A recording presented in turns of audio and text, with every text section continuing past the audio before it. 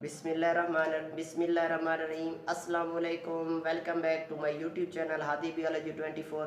Dear students, आज के इस लेक्चर के अंदर हम डिस्कस करने वाले हैं नॉर्मल फ्लोरा। बेटा, अगर आपको लास्ट लेक्चर आपने सुना है तो आपने जो ना लास्ट टाइम हम इम्पोर्टेंस ऑफ बैक्टीरिया को डिस्कस करने जा रहे थे।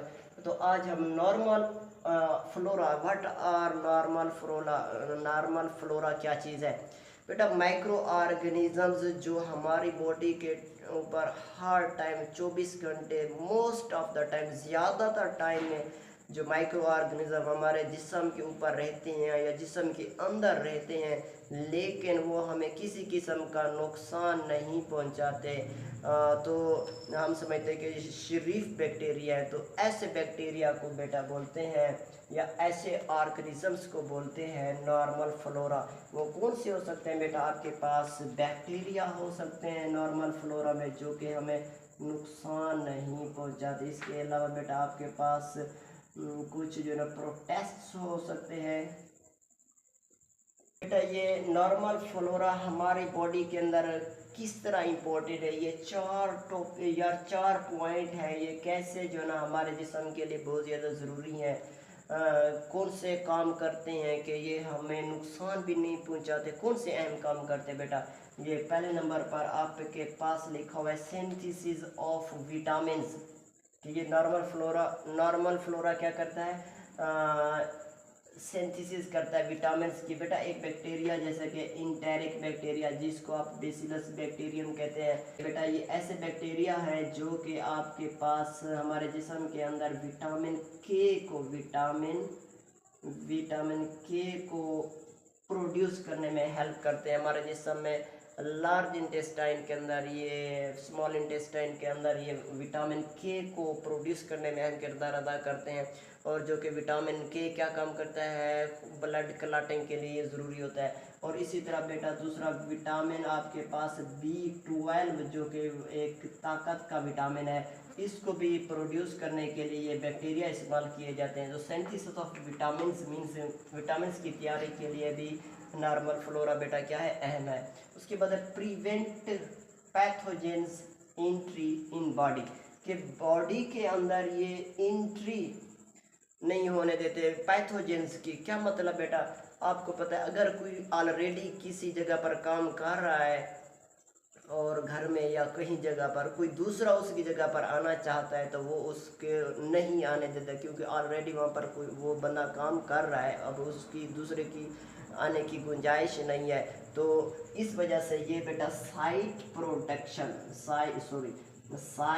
अटैचमेंट को रोक देते हैं। साइट अटैचमेंट के ऑलरेडी हमारे जिस्म के अंदर ये नॉर्मल फ्लोरा मौजूद है, तो दूसरे माइक्रो ऑर्गेनिजम्स को, दूसरे पैथोजेंस को आने से जो ना क्या करते हैं? साइट अटैचमेंट को रोक देते हैं, नहीं देते, जगह नहीं देते। जब जगह नहीं देते तो फिर उसके खिलाफ बेटा क्या करते हैं? फाइट करते हैं। पैथोजेन के खिलाफ क्या करते हैं?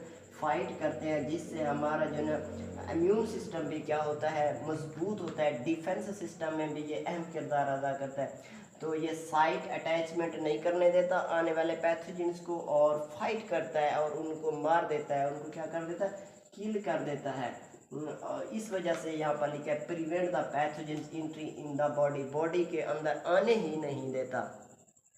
जिसकी वजह से जो नेक्स्ट है बेटा इनहिबिट और किल पैथोजेन। बेटा ये इसी का ही आप स्टेप समझ लेंगे, इनहिबिट और किल द पैथोजेन के। जो ही अगर पहले तो इंटर ही नहीं होने देता, अगर वो इंटर हो जाए बेटा तो फिर उसको इनहिबिट कर देता है या फिर क्या कर देता है? किल कर देता है। बिल्कुल उस पैथोजेन को बेटा क्या कर देता है? किल कर देता है। उसको उसके साथ इंसान के इम्यून सिस्टम के साथ मिलकर उसको पैथोजेन को क्या कर देता है? किल कर देता है। आखिर में बेटा आपके पास क्रॉस रिएक्टिव एंटीबॉडीज है जी हमारे जिस्म के अंदर। बेटा ये देखिए, आपके पास अगर कोई जिस्म है, ह्यूमन बॉडी है, इसके जिस्म के अंदर बेटा आपके पास क्या है? एंटीबॉडीज़ हैं। एंटीबॉडीज़ हैं, ये कौन बना रहा है? आपके पास इम्यून सिस्टम एंटीबॉडीज़ बना रहा है। किसके खिलाफ? आपके पास जो यहाँ पर ये आपके पास बेटा एंटीबॉडीज़ हैं जो कि इम्यून सिस्टम बना रहा है, और ये आपके पास है नॉर्मल फ्लोरा। तो नॉर्मल फ्लोरा इसको तो कुछ नहीं कहेगा, क्योंकि वो तो बिल्कुल शरीफ है, वो तो बिल्कुल उसको नुकसान ही नहीं पहुंचाते, तो एंटीबॉडीज़ इसके ऊपर असर ही नहीं करती, और ना ही वो नॉर्मल फ्लोरा ये वाले जो माइक्रो ऑर्गेनिज्म ये इसके ऊपर अटैक नहीं करते, जिसकी वजह से जो ना अगर कोई अब हकीकी पैथोजन दोबारा बाहर से अगर आ जाए बेटा, ये आपके पास रेड कलर में बनाते हैं, रेड कलर में ये कोई बाहर से पैथोजन आया है, जिसकी वजह से ये आपके पास कौन हो गया, ये आपके पास नॉर्मल फ्लोरा हो गया, और इधर से आपके पास ये एंटीबॉडीज़ हो गई। तो एंटीबॉडीज़ और नॉर्मल फ्लोरा ये दोनों मिलकर ये किल कर देते हैं किसको, इस आने वाले पैथोजन को। इसको क्रॉस रिएक्टिव एंटीबॉडीज़ कहते हैं, यानी ऐसी एंटीबॉडीज़ होती हैं जो कि इस आने वाले पैथोजन के साथ रिएक्ट ऐसे करती हैं, फ्लोरा के साथ ये एंटीबॉडीज़ मिलकर क्रॉस होकर इसको फ़ौरन ही ख़त्म कर दी जाए, जिससे जो ना इंसान को जो ना बैक्टीरियल इन्फेक्शन नहीं होता।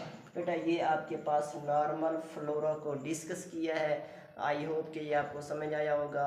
मिलते हैं नेक्स्ट लेक्चर के अंदर, तब तक के लिए अपना ख्याल रखिएगा। अल्लाह हाफिज़।